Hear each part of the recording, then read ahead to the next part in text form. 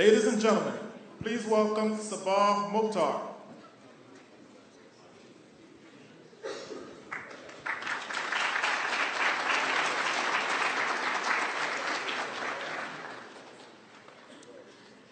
Assalamu alaikum wa rahmatullah. May the peace and mercy of God be with you. My name is Sabah Mukhtar, a biology major on a pre-medical track at the University of Maryland, Baltimore County, with the aspirations to serve our underserved population. In these uncertain times, some of us might find ourselves doubting where we fit in this society. Personally, this visit by our president is an affirmation to all Muslims we are just as American as any other. It's a gesture that invites inclusiveness of all faiths and color. More importantly, it's an assurance for the Muslim American kids constantly bombarded by anti-Islamic rhetoric that they belong. Fortunately, I've had personal interactions that have allowed me to reach a much different perspective than what is normally portrayed on the media. When most see this piece of cloth on my head, I don't automatically get deemed terrorist. Rather, most see me as an individual. My experiences have taught me that most are accepting and believe, regardless of faith, color, or gender, we are all Americans, and as such, we are all obligated to uphold the rights of every individual. Connecting with my community here at ISB allowed me to form my Muslim identity. My journey to where I am today started the first day I decided to wear my hijab as a junior in Pikesville High. I was so nervous to walk down the streets to my bus stop thinking, what will my friends think, that I'm a terrorist? While I did receive a few remarks as such, most were reassuring, like Jake from my bus stop, who nodded at that thing on my head and said, hey, that's pretty cool. Never did I feel as though I wasn't part of the community. I was just as American and just another high schooler. And assertions as such are what gave me the confidence to be who I am today. And I strongly believe to a lot of Muslims out there, the appearance of our president in our local mosque today does exactly just that. And personally, reassures me that I, a proud, Black, Muslim, African American, I'm just as American and have the obligation to fulfill my loyalty to my country as any other.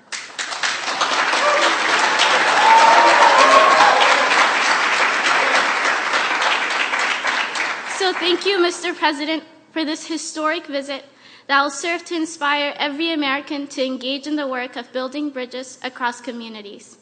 And now, it is my honor to introduce to you the President, our President of the United States, President Barack Obama.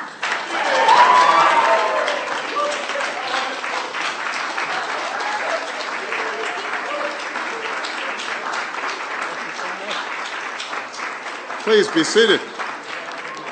Well, good afternoon.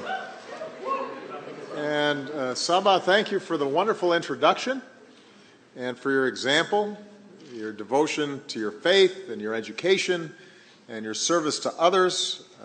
You're an inspiration. You're going to be a fantastic doctor. And I suspect, Sabah, your parents are here because they wanted to see you. So where's Sabah's parents? There you go. Yay. Let's give. Good job, Mom. She did great, didn't she? She was terrific. To everyone here at the Islamic Society of Baltimore, thank you for welcoming me here today. I want to thank Muslim American leaders from across this city and this state, and some who traveled even from out of state to be here. I want to recognize Congressman John Sarbanes, who is here, as well as two other great leaders in Congress and proud Muslim Americans, Congressman Keith Ellison from the great state of Minnesota, and Congressman Andre Carson from the great state of Indiana. This mosque, like so many in our country, is an all-American story. You've been part of this city for nearly half a century. You serve thousands of families, some who've lived here for decades, as well as immigrants from many countries who've worked to become proud American citizens. Now, a lot of Americans have never visited a mosque. And to the folks watching this today who haven't, think of your own church or synagogue or temple. And a mosque like this will be very familiar. This is where families come to worship and express their love for God and for each other. There's a school where teachers open young minds, kids play baseball and football and basketball, boys and girls. I hear they're pretty good.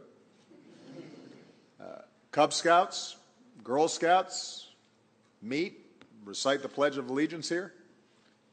With interfaith dialogues, you build bridges of understanding with other faith communities, Christians and Jews. There's a health clinic that serves the needy, regardless of their faith. And members of this community are out in the broader community, working for social justice and urban development. As voters, you come here to meet candidates. As one of your members said, just look at the way we live. We are true Americans. So the first thing I want to say is two words that Muslim Americans don't hear often enough, and that is thank you. Thank you for serving your community. Thank you for lifting up the lives of your neighbors and for helping keep us strong and united as one American family. We are grateful for that.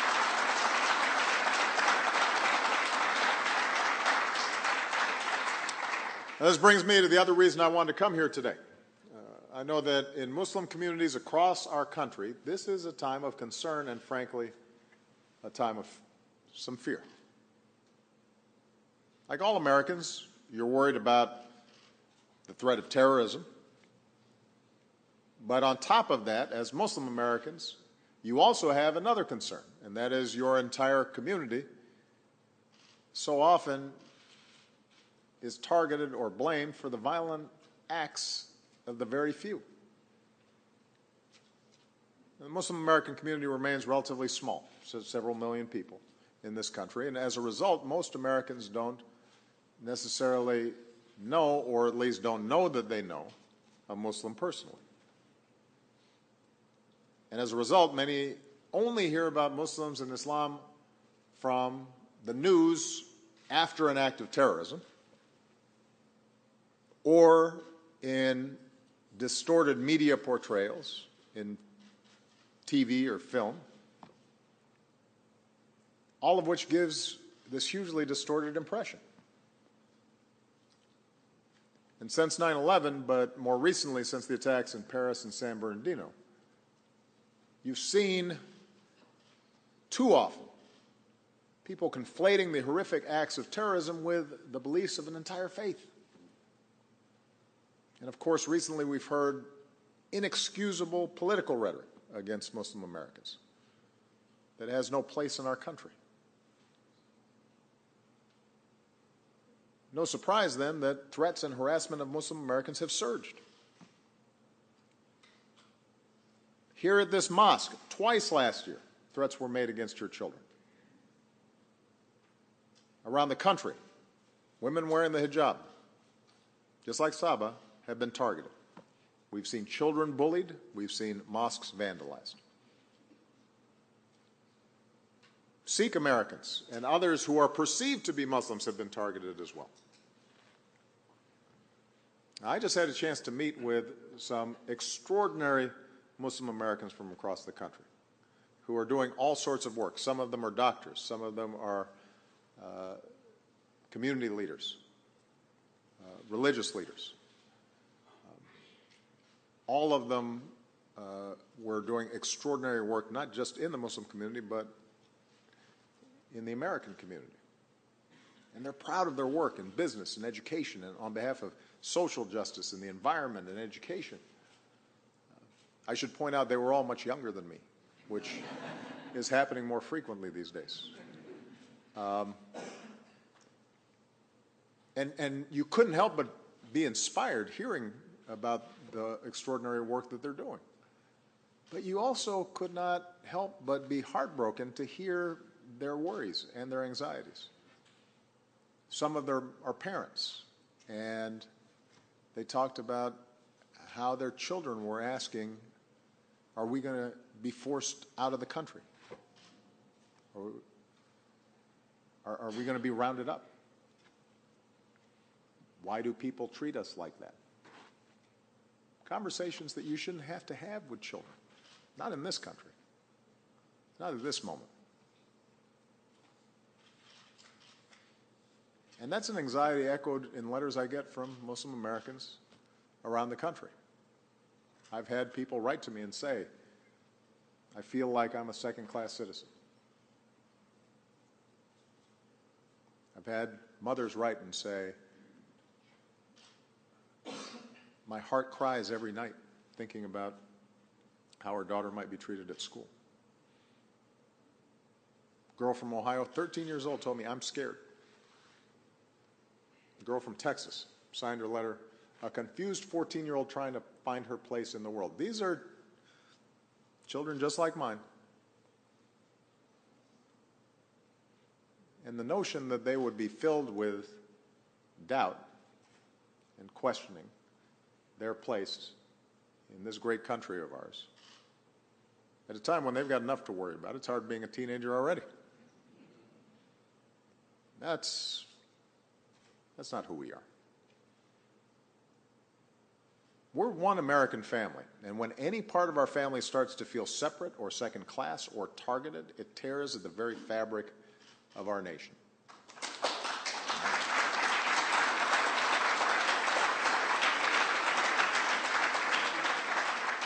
It's a challenge to our values, and that means we have much work to do. We've got to tackle this head on. We have to be honest and clear about it, and we have to speak out. This is a moment when, as Americans, we have to truly listen to each other and learn from each other. And I believe it has to begin with a common understanding of some basic facts. And you know, I express these facts, although they'd be obvious to many of the people in this place, because unfortunately it's not facts that are communicated on a regular basis through our media. So let's start with this fact. For more than 1,000 years, people have been drawn to Islam's message of peace. And the very word itself, Islam, comes from salam, peace. The standard greeting is, Assalamu alaikum, peace be upon you. And like so many faiths, Islam is rooted in a commitment to compassion and mercy and justice and charity. Whoever wants to enter paradise, the Prophet Muhammad taught, let him treat people the way he would love to be treated.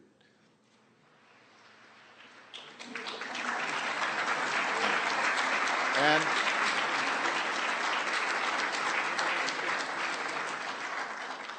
for Christians like myself, I'm assuming that sounds familiar. The world's 1.6 billion Muslims are as diverse as humanity itself. They are Arabs and Africans. They're from Latin America to Southeast Asia, Brazilians, Nigerians, Bangladeshis, Indonesians. They are white and brown and black. There's a large African American Muslim community. That diversity is represented here today. A 14-year-old boy in Texas who's Muslim spoke for many when he wrote to me and said, we just want to live in peace. So here's another fact. Islam has always been part of America. Starting in colonial times, many of the slaves brought here from Africa were Muslim. And even in their bondage, some kept their faith alive. A few even won their freedom and became known to many Americans. And when enshrining the freedom of religion in our Constitution and our Bill of Rights, our founders meant what they said when they said it applied to all religions. You know, back then, Muslims were often called Mohammedans. And Thomas Jefferson explained that the Virginia statute for religious freedom, he wrote, was designed to protect all faiths. And I'm quoting Thomas Jefferson now, the Jew and the Gentile, the Christian and the Mohammedan.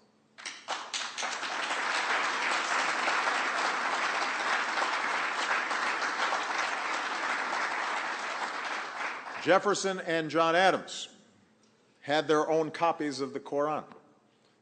Benjamin Franklin wrote that even if the Mufti of Constantinople were to send a missionary to preach, to us he would find a pulpit at his service.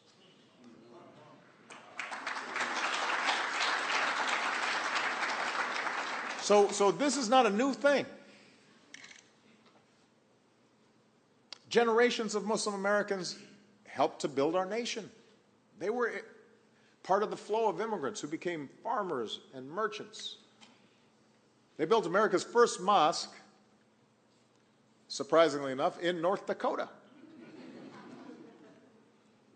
America's oldest surviving mosque is in Iowa. The first Islamic center in New York City was built in the 1890s. Muslim Americans worked on Henry Ford's assembly line, cranking out cars. A Muslim American designed the skyscrapers of Chicago. In 1957, when dedicating the Islamic Center in Washington, D.C., President Eisenhower said, "I should like to assure you, my Islamic friends, that under the American Constitution and in American hearts, this place of worship is just as welcome as any other religion."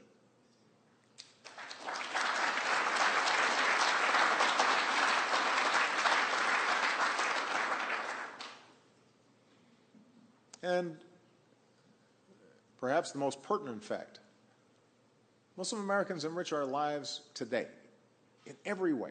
They're our neighbors, the teachers who inspire our children, the doctors who trust us with our health, future doctors like Sabah. They're scientists who win Nobel Prizes, young entrepreneurs who are creating new technologies that we use all the time. They're the sports heroes we cheer for, like Muhammad Ali and Kareem Abdul-Jabbar, Hakeem Olajuwon. And by the way, when Team USA marches into the next Olympics, one of the Americans waving the red, white, and blue will be a fencing champion wearing her hijab. Ibtihaj Muhammad, who is here today. Stand up.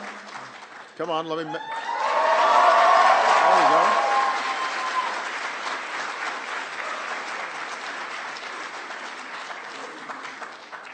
I told her to bring home the gold. Not to put any pressure on you. Muslim Americans keep us safe. They're our police and our firefighters. They're in homeland security, in our intelligence community. They serve honorably in our armed forces, meaning they fight and bleed and die for our freedom. Some rest in Arlington National Cemetery.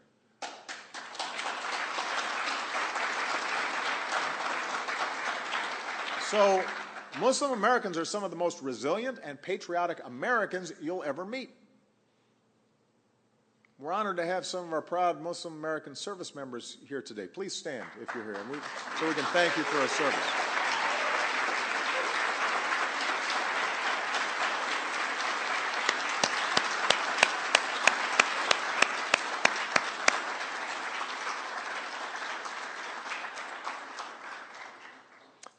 So part of the reason I want to lay out these facts is because in the discussions that I was having with these incredibly accomplished young people, they were pointing out that so often they felt invisible, and part of what we have to do is to lift up the contributions of the Muslim American community, not when there's a problem, but all the time. Our television shows should have some Muslim characters that are unrelated to national security, right? Because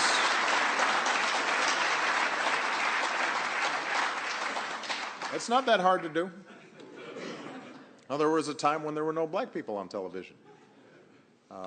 And you can tell good stories while still representing the reality of our communities. Now, we do have another fact that we have to acknowledge. Even as the overwhelming majority, and I repeat, the overwhelming majority of the world's Muslims embrace Islam as a source of peace, it is undeniable that a small fraction of Muslims propagate a perverted interpretation of Islam. This is the truth. Groups like Al-Qaeda and ISIL, they're not the first extremists in history to misuse God's name. We've seen it before across faiths. But right now, there is an organized extremist element that draws selectively from Islamic texts, twists them in an attempt to justify their killing and their terror. They combine it with false claims that America and the West are at war with Islam. And this warped thinking that has found adherents around the world, including, as we saw tragically in Boston and Chattanooga and San Bernardino, is real. It's there. And it creates tensions and pressure that disproportionately burden the overwhelming majority of law-abiding Muslim citizens. And the question then is, how do we move forward together? How do we keep our country strong and united? How do we defend ourselves against organizations that are bent on killing innocents? And it can't be the work of any one faith alone. It can't be just a burden on the Muslim community, although the Muslim community has to play a role. We all have responsibilities. So with the time I have left, I just want to suggest a few principles that I believe can guide us. First, at a time when others are trying to divide us along lines of religion or sect, we have to reaffirm that most fundamental of truths. We are all God's children. We're all born equal with inherent dignity. And so often we focus on our outward differences and we forget how much we share. Christians, Jews, Muslims, we're all, under our faiths, descendants of Abraham. So mere tolerance of different religions is not enough. Our faiths summon us to embrace our common humanity. O mankind, the Quran teaches, we have made you peoples and tribes that you may know one another.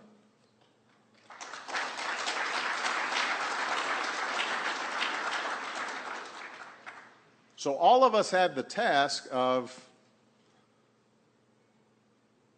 expressing our religious faith in a way that seeks to build bridges rather than to divide. Second, as Americans, we have to stay true to our core values, and that includes freedom of religion for all faiths.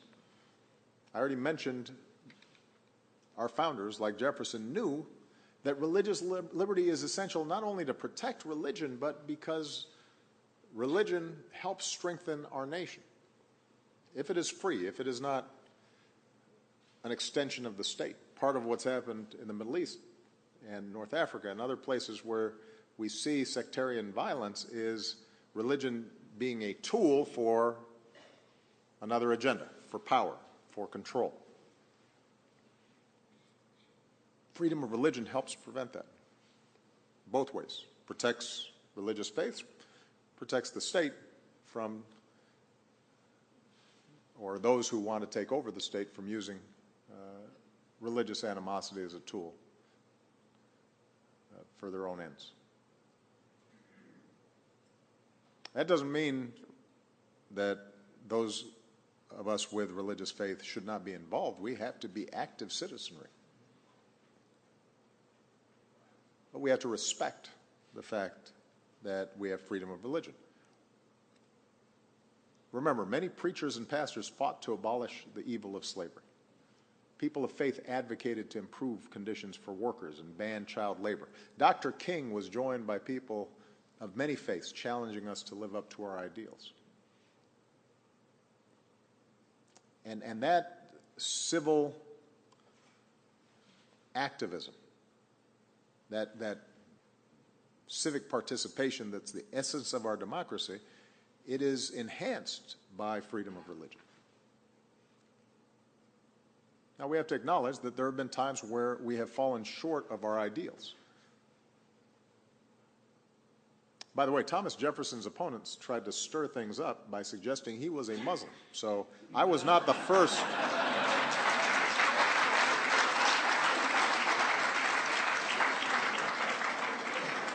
No, it's true. It's true. Look it up. I'm in good company. But it hasn't just been attacks of that sort that have been used. Mormon communities have been attacked throughout our history. Catholics, including most prominently JFK, John F. Kennedy, when he ran for president, was accused of being disloyal. There was a suggestion that he would be taking orders from the Pope as opposed to upholding his constitutional duties. Anti-Semitism in this country has a sad and long history, and Jews were excluded routinely from colleges and professions and from public office. And so, if we're serious about freedom of religion, and I'm speaking now to my fellow Christians who remain the majority in this country, we have to understand an attack on one faith is an attack on all our faiths.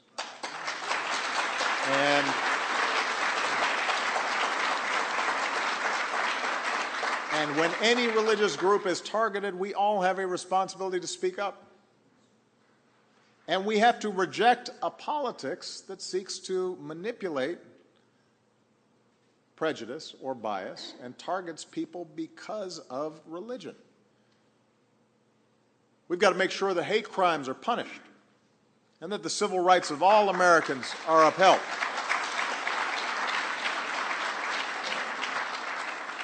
And just as faith leaders, including Muslims, must speak out when Christians are persecuted around the world, or when anti-Semitism is on the rise.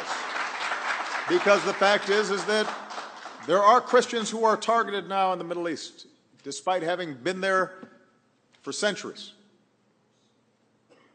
And there are Jews who've lived in places like France for centuries, who now feel obliged to leave because they feel themselves under assault, sometimes by Muslims. We have to be consistent in condemning hateful rhetoric and violence against everyone, and that includes against Muslims here in the United States of America. So, none of us can be silent. We can't be bystanders to bigotry. And together we've got to show that America truly protects all faiths.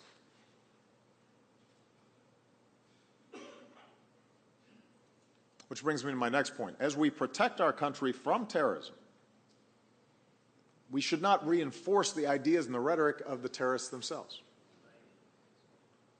I often hear it said that we need moral clarity in this fight. And the suggestion is somehow that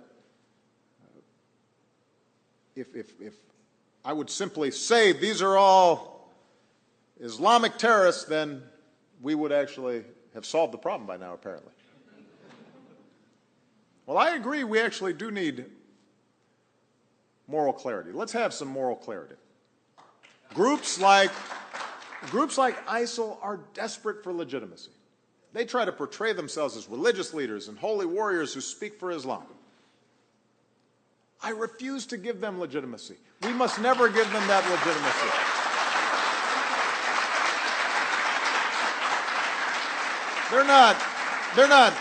They're not defending Islam. They're not defending Muslims. The vast majority of the people they kill are innocent Muslim men, women, and children. And by the way, the notion that America's at war with Islam ignores the fact that the world's religions are a part of who we are. We can't be at war with any other religion because the world's religions are a part of the very fabric of the United States, our national character.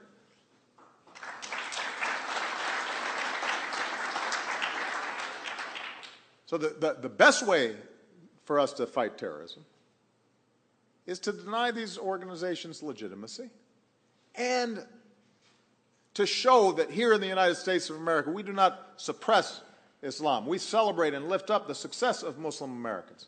That's how we show the lie that they're trying to propagate. We shouldn't play into terrorist propaganda. And we can't suggest that Islam itself is at the root of the problem. That betrays our values. It alienates Muslim Americans. It's hurtful to those kids who are trying to go to school and are members of the Boy Scouts and are thinking about joining our military. That kind of mindset helps our enemies. It helps our enemies recruit. It makes us all less safe. So let's be clear about that.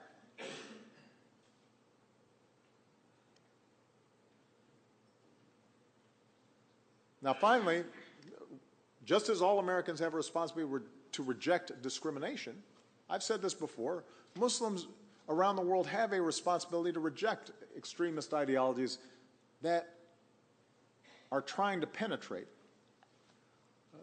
within Muslim communities. Here at this mosque and across our country and around the world, Muslim leaders are roundly and repeatedly and consistently condemning terrorism. And around the globe, Muslims who've dared to speak out have often been targeted and even killed. So those voices are there. We just have to amplify them more. And it was interesting in the discussion I had before I came out, some people said, why is there always a burden on us?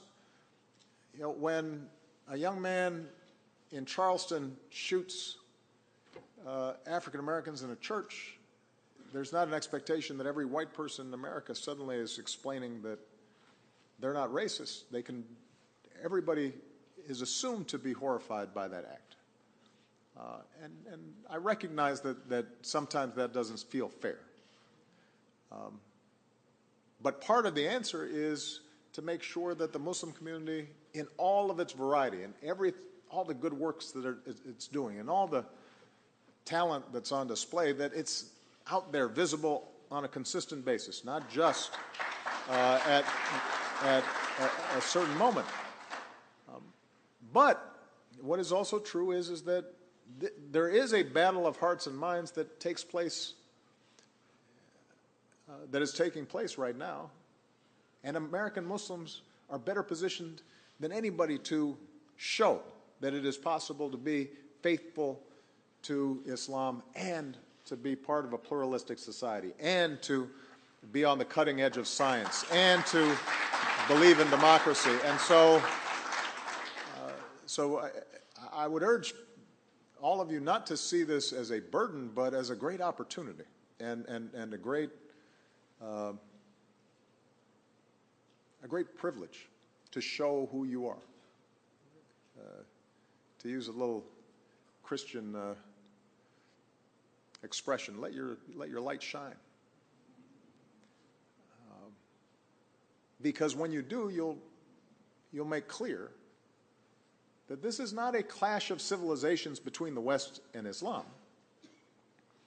This is a struggle between the peace-loving, overwhelming majority of Muslims around the world and a radical, tiny minority. And ultimately, I'm confident that the overwhelming majority will win that battle. Muslims will decide the future of your faith, and I'm confident in the direction that it will go. But across the Islamic world, influential voices should consistently speak out with an affirmative vision of their faith. And it's happening. These are the voices of Muslim clerics who teach that Islam prohibits terrorism For the Quran says, whoever kills an innocent, it is as if he has killed all mankind. These are the voices of Muslim scholars, some of whom join us today, who know Islam has a tradition of respect for other faiths. And Muslim teachers who point out that the first word revealed in the Quran, Iqra, means read, to seek knowledge, to question assumptions. Muslim political leaders had to push back on the lie that the West oppresses Muslims and against conspiracy theories that says America is the cause of every ill in the Middle East. Now, that doesn't mean that Muslim Americans aren't free to criticize American U.S. foreign policy. That's part of being an American. I promise you, as the President of the United States, I'm mindful that that is a healthy tradition that is alive and well in America. But like leaders everywhere, these leaders have been offering and need to continue to offer a positive vision for progress. And that includes political and economic progress. And we have to acknowledge that much of the violence in places like the Middle East is now turning into fights between sects, Shia, Sunni, and others, where differences are often exploited to serve political agendas, as I said earlier. And this bloodshed is destroying Muslim families and communities, and there has to be global pressure to have the vision and the courage to end this kind of thinking and this approach to organizing political power. It's not historically unique. It's happened in every part of the world, from Northern Ireland to Africa to Asia to right here in the United States in the past. But it is something that we have to fight against. And we know it's possible. Across the history of Islam, different sects traditionally have lived and thrived together peacefully. And in many parts of the world, they do today, including here in the United States. Like people of all religions, Muslims living their faith in a modern pluralistic world are called upon to uphold human rights, to make sure that everyone has opportunity. That includes the aspirations of women and youth and all people. If we expect our own dignity to be respected, so must we respect the dignity of others.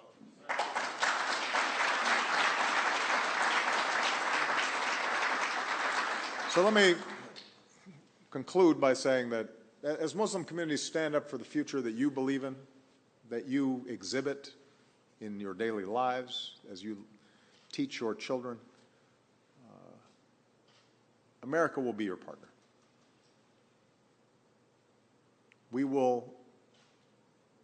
I will do everything I can to lift up the multiplicity of Muslim voices that promote pluralism and peace. We will continue to reach out to young Muslims around the world, empowering them with science and technology and entrepreneurship so that they can pursue their God-given potential and help build up their communities and provide opportunity. It's why we will continue to partner with Muslim American communities, not just to help you protect against extremist threats, but to expand healthcare and education and opportunity. Because that's the best way to build strong, resilient communities. Our values must guide us in this work. Engagement with Muslim American communities must never be a cover for surveillance. We can't give in to profiling entire groups of people. There's no one single profile of terrorists. We can't securitize our entire relationship with Muslim Americans. We can't deal with you solely through the prism of law enforcement. We've got to build trust and mutual respect. That's how we'll keep our communities strong and our communities united.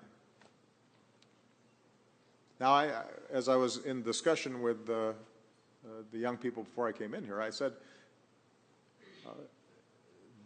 this will be a process. Law enforcement has a tough job. Some of these groups are specifically trying to target Muslim youth. We're going to have to be partners in this process. There will be times where the relationship is clumsy or mishandled.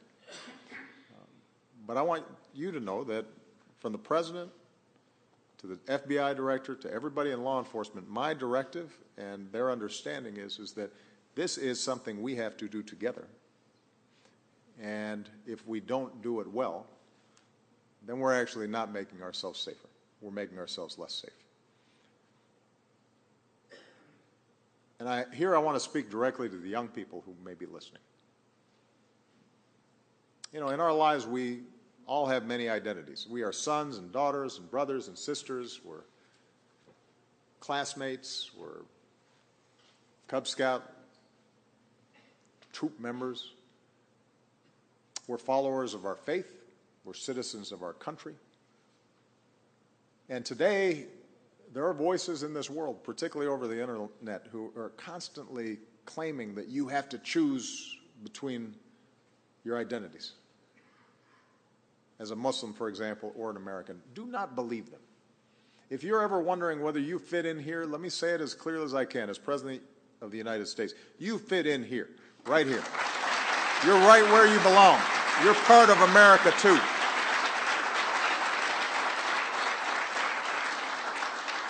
You're not Muslim or American. You're Muslim and American. And don't grow cynical. Don't respond to ignorance by embracing a worldview that suggests you must choose between your faith and your patriotism. Don't believe that you have to choose between your best impulses and somehow embrace a worldview that pits us against each other, or even worse, glorifies violence. Understand your power to bring about change. Stay engaged in your community. Help move our country forward, your country forward.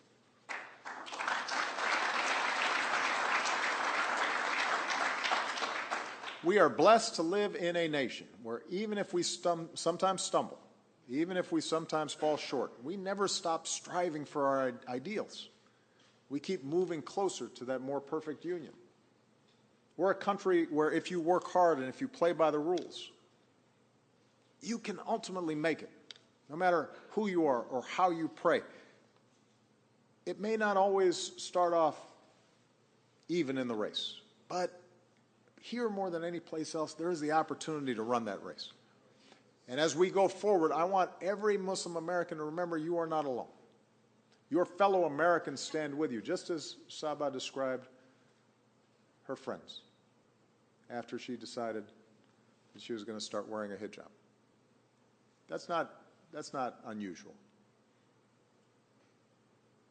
Because just as so often we only hear about Muslims after a terrorist attack, so often we only hear about America's response to Muslims after a hate crime has happened. And we don't always hear about the extraordinary respect and love and community that so many Americans feel. I'm thinking about the 7-year-old boy in Texas who emptied his piggy bank to help a mosque that had been vandalized.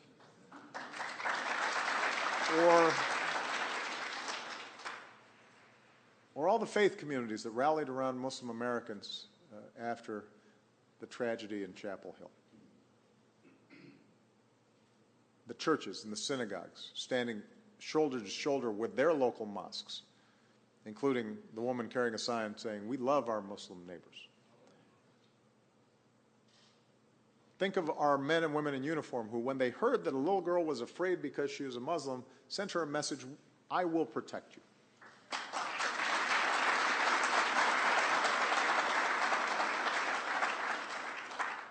I want every American to remember how Muslim communities are standing up for others as well. Because right now, as we speak, there are Muslims in Kenya who save Christians from terrorists, and Muslims who just met in Morocco to protect religious minorities, including Christians and Jews.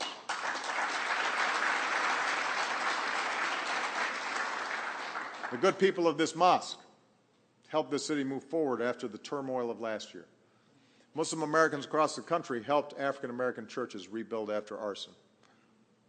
Remember the Muslim Americans in Boston who reached out to victims of the marathon bombing. And the Muslim Americans across the country who raised money for the families of San Bernardino. The Muslim Americans in Chattanooga who honored our fallen service members, one of them saying, "In the name of God, the God of Abraham, Moses, Jesus, and Muhammad, God bless our fallen heroes."